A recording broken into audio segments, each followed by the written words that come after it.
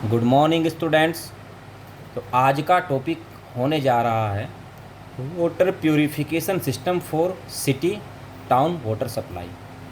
City या town में जो वाटर की सप्लाई की जाती है, अगर मान लीजिए सिटी के आसपास कोई नदी जा रही है, तो जो कि आप लोगों को पता है कि जो ग्राउंड वाटर है उसका लेवल घटता जा रहा है।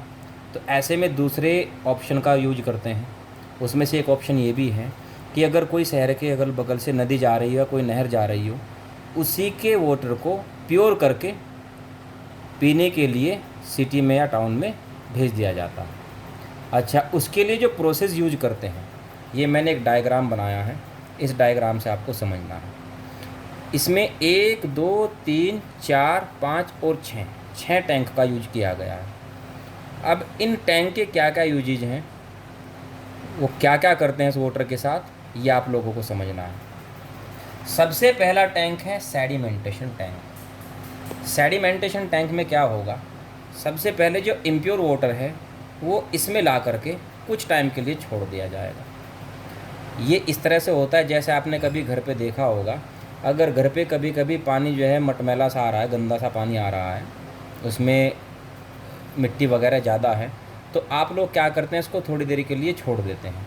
उससे क्या होता है, जो उसके अंदर इम्प्योरिटीज़ हैं, सोइल वगैरह की इम्प्योरिटीज़ हैं, वो धीरे धीरे नीचे बैठ जाती हैं, मीन्स सेटल डाउन हो जाती हैं। किसको कहते हैं, सेडिमेंटेशन। तो यहाँ क्या होगा, जब पानी काफ़ी टाइम के लिए यहाँ छोड़ दिया जाएगा, तो उसके जो बड़े बड़े पार्टिकल थे जो वाटर में डिज़ोल्व नहीं होते हैं, उसके साथ सस्पेंशन बनाते हैं। सस्पेंशन का मतलब लटके हुए रहते हैं उसके साथ में। जब टाइम मिलता है तो कुछ टाइम बाद वो जो सस्पेंशन बनाए हुए थे वो धीरे धीरे नीचे सेटल डाउन हो जाते हैं। तो यहाँ क्या होगा, फिर सेडिमेंटेशन हो जाएगा, यानी कि जो इम्प्योरिटीज़ है वो नीचे बैठ जाएगी। अब ऊपर का जो वाटर बचा उसको क्या करते हैं, फिर पास कर देते हैं लोडिंग टैंक में। लोडिंग टैंक में क्या होता है, जैसे मैंने आपको पहले बताया था जब मैं कोलाइडल सॉल्यूशन आप लोगों को पढ़ा रहा था, कि कोलाइडल सॉल्यूशन में अगर हम कोई आयोनिक कंपाउंड जैसे NaCl या एलम वगैरह डाल देते हैं, तो वो क्या करती है, उसको प्रेसिपिटेशन कर देती है।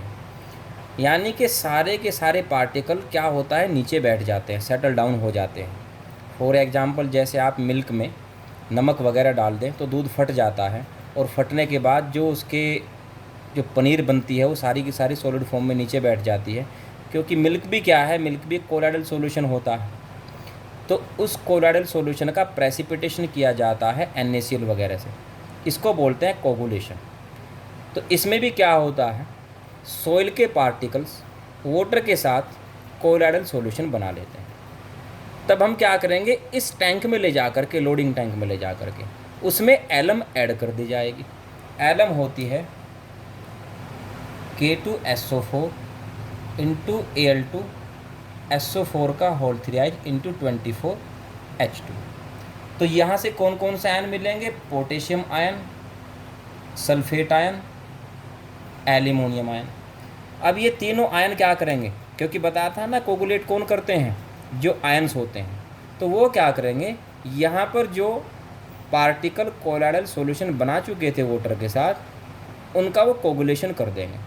कोगुलेशन पर भी ऐसे होगा जैसे मिल्क में से फटने के बाद पनीर नीचे बैठ जाती है, तो यहाँ भी जो इम्प्योरिटीज़ होगा वो नीचे बैठ जाएगी, मीन सेटल डाउन हो जाएगी। अब जो वाटर बच गया है, अभी भी उसमें कुछ पार्टिकल रह जाते हैं इम्प्योरिटीज़ के, उसके लिए फिर क्या करते हैं, इसको सैंड फिल्टर में हम पास कर देते हैं। यहाँ उसका फिल्ट्रेशन होगा। जो छोटे छोटे पार्टिकल थे इम्प्योरिटीज़ के, वो क्या होगा, सैंड के बीच में फंस जाएंगे। तो यहाँ से केवल क्या निकलेगा, वाटर निकलेगा। मीन्स उसके पास जो भी सॉलिड इम्प्योरिटीज़ थी, यहाँ आकर के वो सब की सब उससे अलग हो जाती है। अब उसमें कोई भी सॉलिड इम्प्योरिटीज़ नहीं बचती। अब इस वाटर को भेज देते हैं एरेशन कराने के लिए एक अलग टैंक में। यहाँ क्या होती है, उसका कॉन्टैक्ट जो वाटर था, जो सॉलिड इम्प्योरिटीज़ से अलग हो चुका है, उस वाटर का कॉन्टैक्ट एयर से कराते हैं। फव्वारे के रूप में ऊपर से पानी गिरेगा, तो उससे क्या होगा, एक तो उसमें ऑक्सीजन ऐड हो जाएगी, दूसरा कुछ जर्म्स भी यहाँ मर जाते हैं। अच्छा, इसके बाद एरेशन के बाद ये वाटर यहाँ इकट्ठा हो जाएगा, इसको पंप से भेज देते हैं। फिर एक छोटा अलग टैंक होता है जहाँ इसका क्लोरीनेशन किया जाएगा। इस टैंक में क्या होता है, क्लोरीन गैस भरी होती है, या फिर क्लोरीन से सैचुरेटेड वाटर यहाँ में भर दिया जाता है। तो ये जो यहाँ से वाटर आया था एरेशन के बाद, वो क्लोरीन उसमें मिक्स हो जाती है और क्लोरीन मिक्स होकर कहाँ चले जाएगी, स्टोरेज टैंक में। अब क्लोरीन क्या करती है, जो जितने भी उसमें जर्म बचे हुए थे उन सब जर्म्स को मार देती है। मीन्स क्लोरीन सब जर्म्स को मार करके उसको स्टेरिलाइज कर देगी। तो स्टेरिलाइज होने के बाद फिर जो वाटर है यहाँ पर, ये प्योर वाटर इकट्ठा हो जाता है। ना तो इसमें कोई भी सॉलिड इम्प्योरिटी है, न ही इसमें कोई जर्म्स हैं, और इसमें ऑक्सीजन भी ऐड हो गई है।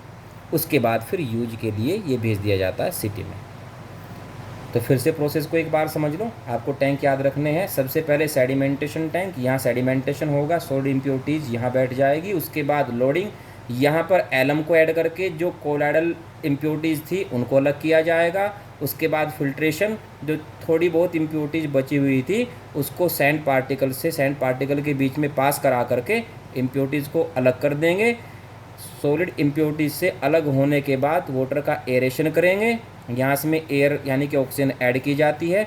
उसके बाद स्टेरिलाइज करेंगे क्लोरीन से और उसके बाद भेज देंगे इसको स्टोरेज टैंक में, और फिर उसके बाद चला जाएगा ये सप्लाई के लिए सिटी में।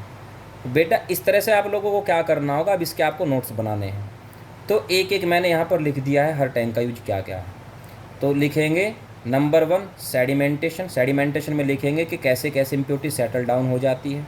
सेकंड लिखेंगे फिर हेडिंग डाल करके लोडिंग, यहाँ बताएंगे कि जब इसमें एलम ऐड करते हैं तो कोगुलेशन कर देती है।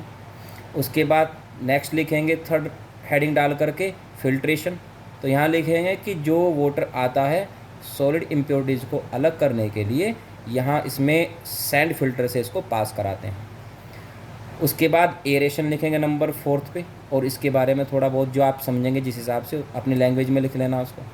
उसके बाद क्लोरिनेशन का आपको लिखना है, और नेक्स्ट आपको लिखना है फिर स्टोरेज टैंक का, और फिर वाटर सप्लाई जो है तो सप्लाई के लिए भेज दिया जाएगा। अच्छा, अब आप लोगों को बेटा इसमें डायग्राम भी बनाना है।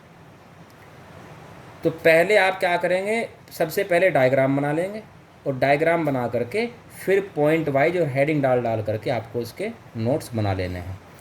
तो इसके बाद नेक्स्ट टॉपिक आपका फिर नेक्स्ट वीडियो में हो जाएगा, तब तक आप इसके नोट्स बना लेना।